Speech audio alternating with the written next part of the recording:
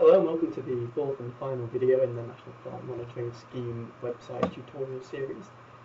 This one is just about entering your plant data that you would have collected in the field. So I'm already logged into the NPMS website, and you can see along here the options available to me. Firstly, we're just going to look at the squares and plots that are available for entering data against. So the Create Plots and Enter Data menu here has the View Squares and Create Plots options. So if I just click on that, and then it will load the page that will show me my squares and plots that are available to me. It just takes a moment to retrieve the information from the database. So here you will see the squares that have been assigned to my account in bold with their 1 kilometre grid reference, 1, 2 and 3. This one down here is one that I've already recorded plot information against in 2015, so those ones are no longer editable. Whereas the two that I'm going to be using in this tutorial are nested under this square in R4651. So I've got one linear plot there and one square plot in woodlands. And because I've not yet entered data for those plots, I'm still able to edit them or delete them. So delete plot and edit. Whereas if I had actually entered data, I would only be able to view details or add sketches. As for these lowland plots that I recorded in 2015, I've accidentally gone into one of the plots there. Just go back. So, what we're going to do is just use those two plots that I've created in Scotland to demonstrate the data entry procedure, and it's fairly straightforward, so hopefully it won't take too long to do that. So, I'm firstly going to select the type of recording form that I need. So again, in the Create Plots and Enter Data menu, I have the three different recording form options. So obviously it depends which level you recorded at in the field, whether you recorded at the wildflower, indicator or inventory levels. And this is for each individual plot, so you may well have recorded one plot at indicator, but in some other habitats that you were less confident in, you may have reused the wildflower level. So you will go into the appropriate recording form for each plot. So the first plot that I'm going to record, I recorded at the indicator level. So I will click on that option. So when you go into one of these recording forms, you will see information that you've previously entered. So these are the plots from my lowland square, which I entered last year. So you see the dates there. So, the first survey were in May and June of 2015. But we're going to add a new sample for a new plot in a different square, so I need to use this Add New Sample button at the bottom here. So if I click on that, again, it takes a moment to load all of the data entry pages. And so there are several stages to entering data for a plot, but they're all quite quick really. The only difference from last year is that we've altered the order of the information that is entered. So now we start off with the location, in other words the square and the plot, and then we proceed to the information about the plot and the general survey details, the date, etc. And then we go on to enter the species that we recorded during that visit to the plot. So the first thing to do is just select the relevant square with this drop-down menu here. We only have the squares which have been approved on my account, so I'll choose this Scottish one. Once we've selected the square, the relevant plots will be available in this drop-down menu. And again, if you've labelled them and got the grid reference and the type of plot, you should know which plot is which. That's one of the benefits of numbering the plots and using those numbers on the forms when you're in the field. So we'll choose plot 1. The spatial reference will automatically populate from the database, and if you want to check that you're using the right plot, you've got the map here as well, and if we use this white cross in the top right hand corner of the map, you can change the backdrop to the satellite imagery, the Google hybrid layer, and that just gives us an extra check that we are actually entering the plot that we think we are. So I can now click on the next step button down here. At any point I can switch between parts of this data entry process by clicking on the options at the top here, as long as I've entered the required information. So on this screen, required information is the date, it's got this little red asterisk meaning it's required, and the habitat type again that's required. So if I say that it was today's date, the 12th of May, I can can also choose the habitat, so this is on the edge of a stream, so it's in the freshwater category at the broad level.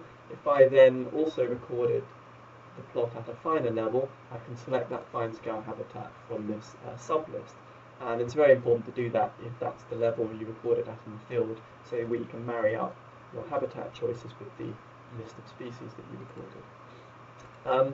So once those two fields are filled in, the two required fields, I could now, if I wanted to, switch between these different tabs. I could go back to the location one, and if I wanted to just double check and go back to the survey details. So if there were any management options, I could select them here just by clicking like that. I can type them into this box if there are additional things that I want to note about management. I can also enter grazing information if there is any, say how wooded the plot is, and no trees or shrubs perhaps in this instance, and then also give the description of vegetation height. So for all the vegetation in the plot, I might say, well, more than 2/3 of it was relatively short, less than 30 centimetres, but there was a small area that was taller than that, which was about 1/3 or slightly less than 1/3, so again, I've got a 1 there. Additional recorders can be entered if other people were with you at the time, and of course we can also enter information about their soil, what percentage of the plot was it, their rock, and all those other things that you were asked to add on the form. You can upload photos of the plot in general here. Don't upload individual species photos here, but you can certainly upload just overviews of the plots. Sketches are no longer uploaded here, but they're associated with the plots, and that's so that if the plot is assigned to somebody else in the future, the sketch information will be attached to the plot, and therefore they will have easy access to that information to help them relocate the plot. You can also add in any additional comments here about the plot if you want to. It's just a free text field. So now we can proceed to the next data entry page, which is the species records. And here again we've just got some general information about typing things in, but essentially the method is to just click in the white box and then start to type the name of the species and select it from the list. Some of the names have old alternative names attached to them, so just make sure you read the whole content of the row before you select it. So I want water horsetail here, so I'm going to choose Equisetum fluviatile. And of course, once that's selected, then I can enter the abundance. And if I wanted to, I could add a photo here by clicking the Add Images button, which would bring up a new dialog box which would allow me to select a relevant photo from my hard drive or USB or camera or whatever. If I've made a mistake, I can delete the species just by clicking on the red arrow there and then re-enter. So perhaps I actually meant to record field horsetail, and that was again a relatively low abundance. And I don't have any photos, so I'm not going to add images. So now I can submit this information to the database, and that might take a moment because it's saving it. That's quite quick actually. And now you'll see the information about the plot has been logged in this grid here. So you can see there the grid reference is in that NR square. It's got the date that I entered. And at this point, within the calendar year that you enter the information can still be edited. So I could go back in and edit that survey one if I wanted to. So I won't do that at the moment, but so if I made a mistake and wanted to delete a species, I could go in and do that. Then, later in the year, if I was able to do a second survey for that plot, I could choose the Add Survey To option. Again, just takes a moment to load the data entry form again. Obviously, for the second survey, I shouldn't, definitely I don't need to change the plot because it's the second survey of the same plot, so that should all be perfectly fine. But if you wanted to, you could again change the backdrops to double check. So I can proceed to the next step. Obviously, with the second survey, it's a different date, so I would need to select another date, and I won't here because I can't put any later dates in.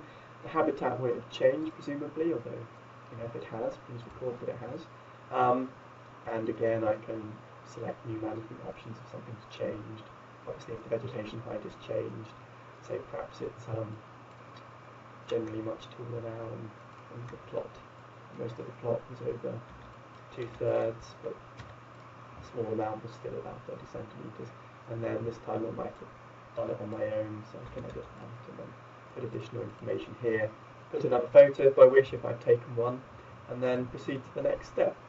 And what happens is the species that you recorded on the first visit pre-populate just to save you time, especially this is particularly relevant if you're at the inventory level and you have a long list. Of course, some things may have disappeared and other new things may have been recorded, so you can edit this. It may be that field horsetail is no longer there, so I will delete that one, and it just grays it out, but then I can enter a new species there. And if it's been grayed out like that, that's fine. You can't enter it. It just retains it there. It's a grayed out option in this case. So at this time of year, I did see water horsetail, but they're only one individual perhaps. So again, then I can. That's basically. Perhaps there was something else going on in this. Perhaps there was some common club rush. So again, I can put that in there and then proceed. So if I submit that, then now you'll see I have a second survey date recorded for that plot. I can now edit both surveys rather than only one of them. I can't add any more surveys because we're only asking for 2 in a year. But up until the end of the calendar year in which I've entered the information on the system, you can still edit it. So perhaps I will go in and edit survey 2. And obviously it should have retained all of the information that I entered previously. Again, it always takes a little while just to retrieve all the information and the form from the database. Again, I can click forward through the tabs like this and go to the next step, to the species data, and you'll see it's retained that there, but now it's actually deleted that grayed out option in it of field horsetail, and it's just retained the ones that I actually recorded. And I've also got the option to delete the plot here if I wanted to. So that is basically, if I've made a change at this point, I could submit, and that will basically just resave it to the database. There's no harm in doing that, even if you haven't changed anything, so it won't matter. So that is basically the process of entering plot data for the National Plant Monitoring Scheme.